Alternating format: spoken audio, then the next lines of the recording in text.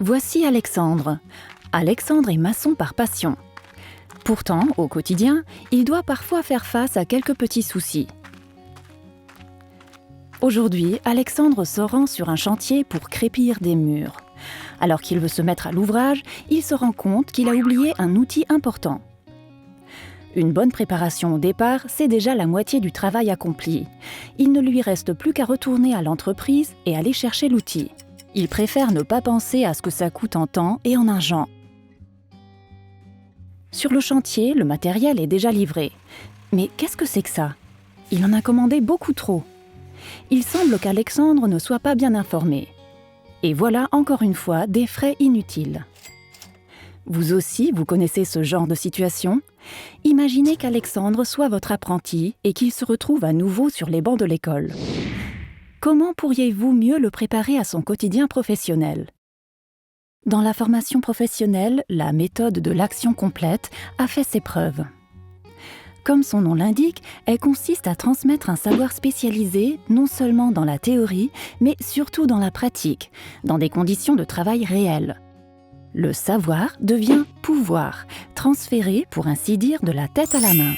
Alexandre et les autres apprentis acquièrent ainsi les compétences nécessaires pour programmer, exécuter et contrôler leurs travaux en toute autonomie. Comment cela fonctionne-t-il exactement? Les apprentis apprennent dans le cadre d'une mission spécifique à leur profession en passant par les 6 étapes de l'action complète. Les apprentis s'informent tout d'abord sur l'objet de la mission préparation du support d'enduit par projection du crépi, par exemple à l'aide d'un plan de construction avec des indications sur les murs à crépir. À la 2e étape, les apprentis programment l'exécution de la mission. Ils réfléchissent par exemple à l'aide du plan de construction, aux outils, au matériel et à l'équipement de sécurité dont ils auront besoin, de même qu'au déroulement du travail ou à la possibilité de procéder selon différentes méthodes. À la 3e étape, les apprentis prennent une décision définitive sur la base des réflexions faites à l'étape de la programmation. La 4e étape est enfin celle de l'exécution. Les apprentis effectuent la mission en toute autonomie. Les travaux terminés, les apprentis contrôlent leur travail à la 5e étape et identifient d'éventuels défauts. À la 6e étape, ils évaluent le résultat. Les apprentis jugent leur œuvre et évaluent la qualité d'exécution. Quel est alors votre rôle dans la méthode de l'action complète?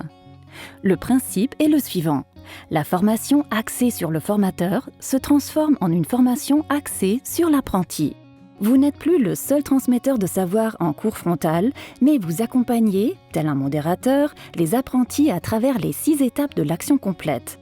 Aidez les apprentis là où cela est nécessaire et mettez à leur disposition des sources de savoir telles qu'un plan de construction, de la documentation hors ligne et en ligne, ou des experts à qui ils peuvent poser des questions. Dans l'évaluation, complétez en tant que formateur ou enseignant l'auto-évaluation de l'apprenti par la vôtre.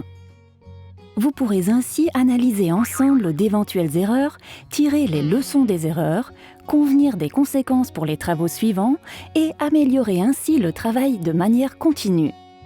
Alexandre en a lui aussi tiré une bonne leçon. Oublier un outil et commander trop de matériel, ça ne lui arrivera pas encore une fois de sitôt. Et vous ? Essayez donc vous aussi la méthode de l'action complète et informez-vous davantage si nécessaire.